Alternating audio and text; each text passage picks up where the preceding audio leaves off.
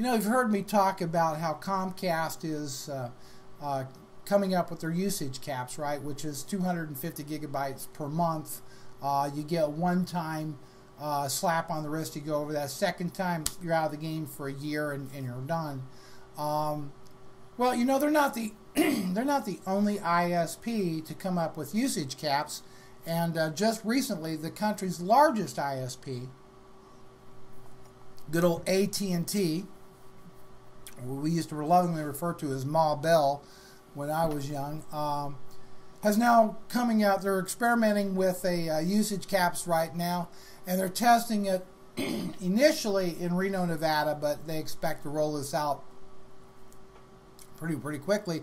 And their scheme is basically starting this month in November. They'll limit your downloads based on your download speed. So if you have their slowest DSL service, which is like 768K, that's going to limit you to 20 gigabytes of data per month. If you have the 3 megabyte plan, then you're capped at 60 gigabytes of data a month, and if you have their fastest 10 megabit connection, then you're capped at 150. So no matter how fast a data connection you get with AT&T, boom, you're going to be capped at 150 gigabytes. Now, these will only be initially applied to new customers in the Reno area as their work can go online and track your downloads, your usage. They're not the only ones doing this. Also, you know, as we mentioned, Comcast, there's Time Warner and Fairpoint Communications. Everybody is looking to join into this fray, with the exception of Verizon, who's still a holdout and says does not plan to limit downloads. Here's the deal.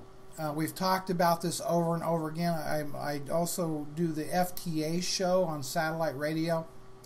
We've talked about Comcast. Look, here's the deal. Companies like Comcast, Time Warner, they're real business. Being an ISP, it was an enabler for them to sell other products, and that's movies on demand, cable television, telephone service, all that. That's where they want to make their money from. They really, it's just a vehicle to do that. Okay, the ISP business is almost incidental. They don't look at that as a source of making money. And, you know, they really played fast and loose with net neutrality. And this is their whole way around all that, okay? You know, it's going to block companies like Netflix. You know, Netflix now has stars available on demand with Netflix. You can stream movies to wireless devices to your television from Netflix, for example. And these are standard definition movies. You watch enough of them with with AT&T's limit, you're gonna hit that. You're gonna meet that. Imagine what happens when they try to start pushing high definition content over there. This is terrible. It's not about controlling usage today, which it is, but it's about crippling innovative new companies and services that we as consumers want and pay for in the future. Look, it's time to get your congressmen involved here, folks. I can't tell you enough to start firing up those letters. Start complaining loud and clear. Vote with your dollars. You got the option to go to, you know, to switch to Verizon.